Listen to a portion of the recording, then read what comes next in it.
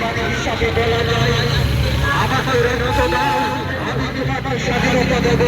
স্বাধীনতা দেওয়া হয় না, দেওয়া হয় আমাদের স্বাধীনতা নিজের রক্ত দিয়ে দেওয়া আমাদের রক্তপুত্র। যে স্বাধীনতা আমরা আমাদের ত্যাগ ও পরিশ্রমের মাধ্যমে অর্জন করব, তা আমরা নিজেদের সশক্ত রক্ষা করব। আবারও ৭৮তম স্বাধীনতা সকলকে জানাই আন্তরিক প্রীতি, শুভেচ্ছা এবং ভালোবাসা। ত্রিপুরা রাষ্ট্র সরকার অনুমোদিত সজলা স্কুলের উদ্যোগে ৭৮তম স্বাধীনতা দিবস